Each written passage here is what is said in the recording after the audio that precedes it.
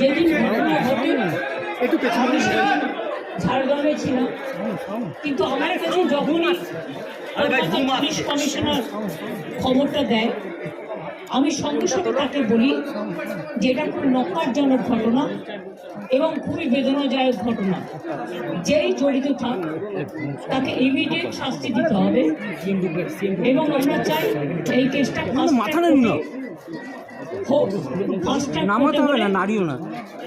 Judicial প্রসেসটা তাড়াতাড়ি হবে এবং তাতে আমরা ফাঁসির দাবি জানাবো।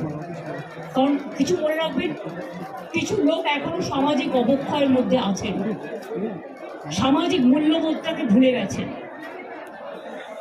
মেয়েদের গায়ে হাত দেয় যে কত বড় অপরাধ এবং তার সাথে যে অত্যাচার করেছে বা তাকে যেভাবে খুন করেছে, আমি আশ্চর্য হয়ে যাচ্ছি। ওখানে নার্সরা ছিলেন, ওখানে ওদের সিকিউরিটি ছিলেন, সবাই ছিল, কিন্তু কি করে ঘটনা ঘটলো এটা এখনো আমি ঠিক বুঝতে পারছি। পুলিশকে আমি বলেছি, বাবা মাও যেটা আমাকে বলেছেন যে ওদের ভেতরেই কেউ আছে, যদি ভেতরে কেউ থাকে কারো প্রতি সন্দেহ হয়, যারা ছিল, যারা ওর বন্ধু বান্ধব, তাদেরকে সবাইকে ডেকে কথা বলবে এবং যিনি ফোন করেছিলেন প্রথম বাড়িতে তাকেও ডেকে কথা বলবে। আজকে প্রিন্সিপাল নিজে রেজিগনেশন করে দিয়েছিলেন, বলছিলেন যে আমার বাড়িতেও তো বাচ্চারা আছে, যেভাবে আমাকে গালিগালাজ করা হচ্ছে। তা আমরা তাকে বুঝিয়ে বলেছি ঠিক আছে আপনাকে ওখানে কাজ করতাম না, আমরা ওনাকে সরিয়েছি অন্য জায়গায়। আমরা ওখানে MSVP-কেও সরিয়ে দিয়েছি ডিউ টু নেগলিজেন্স।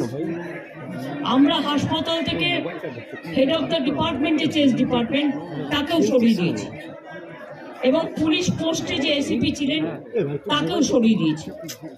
সবাইকেই সরানো হয়েছে এবং ডগ স্কোয়াড থেকে শুরু করে, ভিডিও থেকে শুরু করে, ফরেন্সিক ডিপার্টমেন্ট থেকে শুরু করে সবাইকেই ইনভলভ করা হয়েছে যাতে খুনি গ্রেপ্তার হয় এবং দোষীরা শাস্তি পায়। এবং আমি চাই পুলিশ যত তাড়াতাড়ি সম্ভব দোষীদের গ্রেপ্তার করবে। আর রবিবার পর্যন্ত যদি তারা কোন কিনারা করতে না পারেন, কারণ ভেতরেও তো অনেকে আছে, তাহলে এই কেসটা আমরা আমাদের হাতে রাখবো না, আমরা CBI-কে দিয়ে দেবো। তার কারণ হচ্ছে আমার এতে কোনো পাওয়ার লেনা দেনা কিছু নেই, আমি প্রথম দিন থেকেই বলছি। কিন্তু ওদের সাকসেস রেট খুব কম।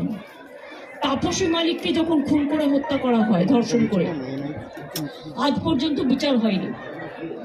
21 সিঙ্গুরে এটা হয়েছিল, নন্দীগ্রামে যখন 14 জন গুলিতে মারা যায় বা 10 জন হারিয়ে যায়, আজও তারা ফিরে আসেনি।